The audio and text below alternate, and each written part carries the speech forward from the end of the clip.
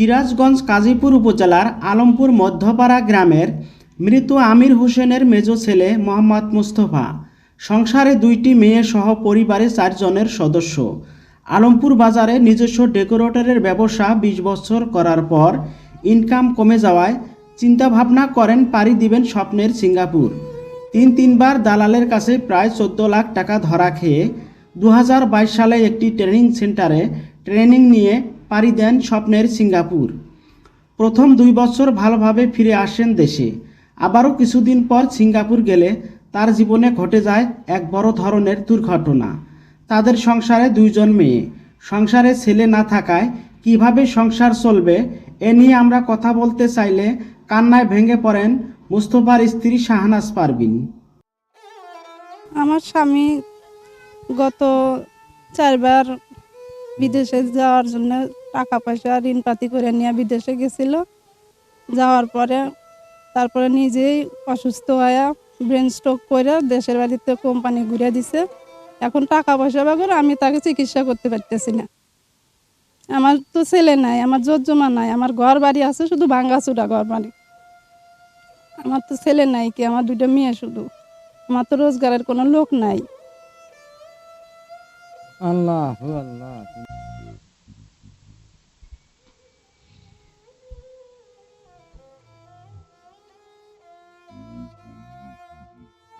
তার পরিবারের 2টি মেয়ে, ছেলে নাই, জমি জমা কোনো কিছু না, অর্থ সম্পত্তি কিছুই নাই। সে একদম নিঃস্ব।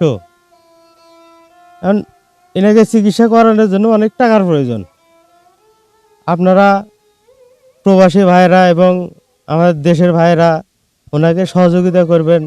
প্রায় 4-5 লাখ টাকা লাগবে ওনাকে চিকিৎসা করানোর জন্য। আপনারা সহযোগিতা করলেই ওনার চিকিৎসাটা হবে এবং সুস্থ হলে ওনার পরিবার বাঁচবে।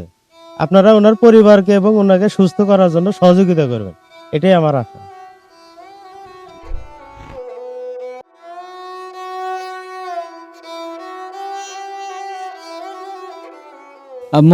আমার মস্ত ভাই খুব অসুস্থ, এক সাইড অবশ হয়ে গেছে গা, বহুত পয়সা করি নাইঙ্গা নাইবো 4-5 লাখ টাকা আনবো। ওভাবে মানুষ নাইঙ্গা আপনারা সহযোগিতা করেন। মুস্তফা বিদেশ গেছিল, যা অনেক টাকা পয়সা ক্ষতি হয়েছে। বিদেশ 3 মাস থাকছে, টাকা এসে 1 মাস থাকছে। এখন চলবো কিভাবে, এর কোনো পথ নেই। 2 মেয়ে, ছেলে নাই, আল্লাহ বাঁচাই কে বসে। আমার মামা মুস্তফা 3বার বিদেশ যাওয়ার জন্য টাকা পয়সা জমা দিয়ে দিছিল ঋণগ্রস্ত করে। সে বর্তমান দালালের চক্র পড়ে আপনার দালালের টাকা মেরে ধরে খেয়ে তাকে বিদেশে যেতে দেয় নাই। এখন তারপরে 4বারের বেলায় চেষ্টা করে সে যাওয়ার পরে আসলে সে আমার বাড়ির প্রতিবেশীও, সে আমার বন্ধু হয়। সে আমার সাথে ট্রেনিং করছিল, ট্রেনিং করার পর সে বিদেশ চলে গেছিল। কিন্তু এর আগে অনেকবার দালালের চক্করে পড়ে বিদেশ যাওয়ার জন্য টাকা পয়সা দিছিল, কিন্তু সেই টাকা পয়সা শুধু ক্ষতিগ্রস্ত হয়েছে, বিদেশ যাইতে পারে নাই।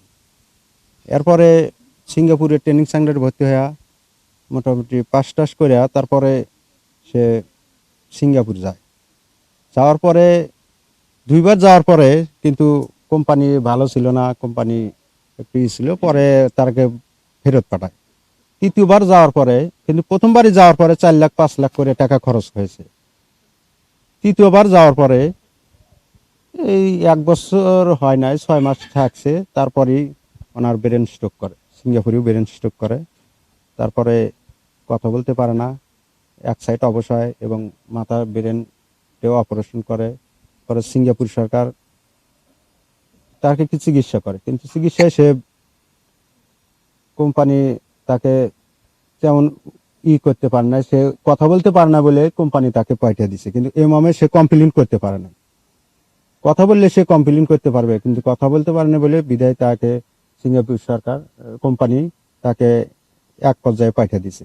পাঠিয়ে দেওয়ার পরে সে ঢাকায় ছিল, ঢাকায় অনেকদিন ছিল। যা টাকা পয়সা তো কোম্পানি তাকে দেয় না কে, পরে আবার ঢাকায় ছিল, ঢাকায়ও সে অসহায়ত্ব জীবনযাপন করছে। এখন তার 3টা পরিবার, 3 জন 4 জন ফ্যামিলি, 2টা মেয়ে বিয়ের উপযুক্ত হয়েছে। তারপরে বর্তমানে অসহায়ত্ব জীবনযাপন করতেছে। সে কিভাবে চলবে, কিভাবে হবে, তার খুব অসহায়ত্ব ভাবে অন্ধকারের মধ্যে সে নিমজ্জিত আছে। তাকে সুস্থতা করতে অনেক বড় বড় ডাক্তারদের সাথে কথা বলে তাকে অনেক টাকা পয়সা খরচ হবে।